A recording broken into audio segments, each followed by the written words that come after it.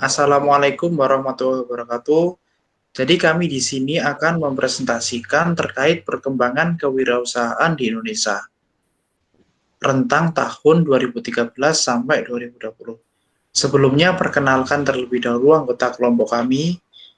Saya sendiri Nasyuh Libat Alamin. Saya Rizky Nuhansa Nanda Permana. Perkenalkan, saya Muhammad Ferian Rizky Akbari. Dan saya Muhammad Ilman Nadio.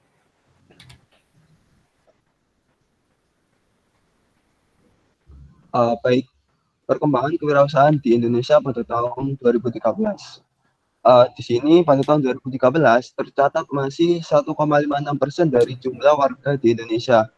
Sedangkan pada tahun 2013 rata-rata pada negara ASEAN memiliki persentase melebihi 4%. Tentunya hal ini kurang dari angka 2% yang ditentukan oleh internasional. Di sini juga pemerintah menerbitkan peraturan presiden guna untuk meningkatkan menjadi 2%, yang dengan tujuan untuk meningkatkan kewirausahaan di Indonesia, yakni Perpres nomor 27 tahun 2013.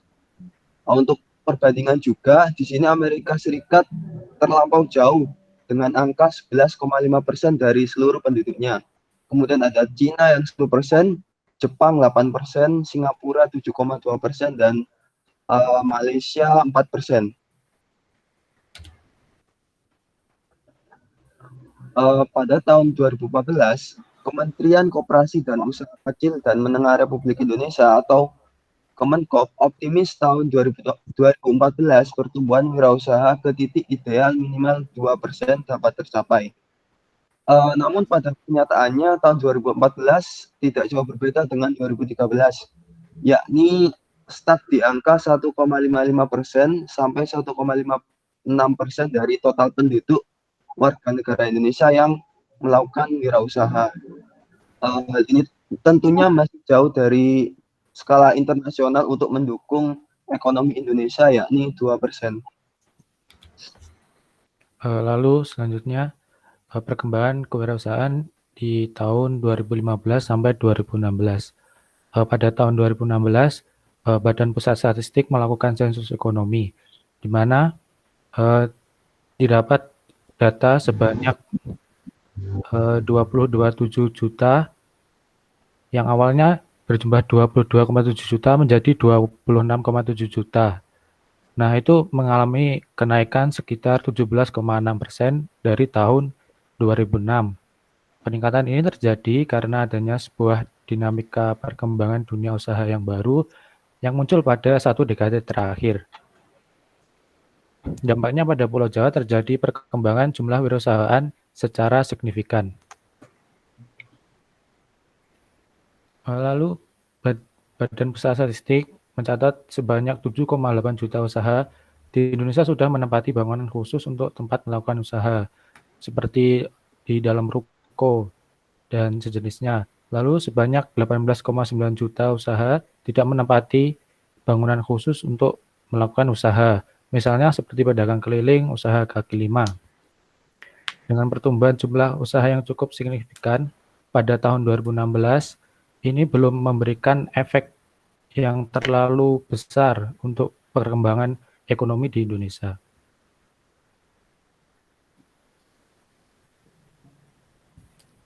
Oke, selanjutnya pada rentang 2017 dan 2018 ya. Nah, data dari Badan Pusat Statistik menyebutkan ada peningkatan dari 2016 ke 2011 yang signifikan, jadi sekitar 28 juta penduduk yang fokus pada usaha. Ini maksudnya di sini itu penduduk yang fokus pada usaha itu bisa rinciannya bisa berupa macam-macam ya, mungkin bisa dari segi pertanian atau pedagang keliling ya, atau bahkan usaha yang nanti sifatnya itu makro. Nah, tapi dengan jumlah penduduk Indonesia sekitar 252 juta jiwa, dari data BPS tersebut dapat dihitung rasio usaha Indonesia mencapai 3,1%. Data BPS juga menunjukkan terjadi peningkatan kelas pelaku usaha dari pemula menjadi usaha mikro naik 12%, pelaku mikro ke usaha kecil naik 9%, sedangkan dari pelaku usaha kecil ke menengah naik sekitar 1%. Lalu pada tahun 2019, jumlah wirausaha Indonesia itu menembus sekitar 8,6 juta atau sekitar 3,1% dari total penduduk. Hal itu melampaui standar internasional yaitu 2% dari penduduk sendiri. Namun negara tetangga seperti Malaysia dan Singapura memiliki persentase kewirausahaan lebih tinggi dari Indonesia yang bisa mencapai 5%-nya. Di mana pada zaman saat ini bisnis wirausaha sedang trending merupakan bisnis makanan dikarenakan dari investasinya yang bisa dilakukan dari range yang kecil hingga range yang besar. Lalu untuk tahun 2020, sayangnya terdapat wabah virus COVID-19 yang menurut prediksi World Economic Forum atau WEF, lebih dari 70% kewirausahaan harus memecat karyawannya agar bisa tidak terjadi bangkrut kepada wirausahaannya. Dan dikarenakan wabah ini sendiri, maka masyarakat dipaksa untuk menguasai penggunaan internet. Sehingga banyak perusahaan yang mengadaptasikan bisnisnya itu untuk online dan agar dapat beradaptasi dengan zaman ini sendiri. Segitu saja yang bisa kita sampaikan. Lebih dan kurangnya mohon dimaafkan. Wabillahi taufiq wal hidayah. Wassalamualaikum warahmatullahi wabarakatuh.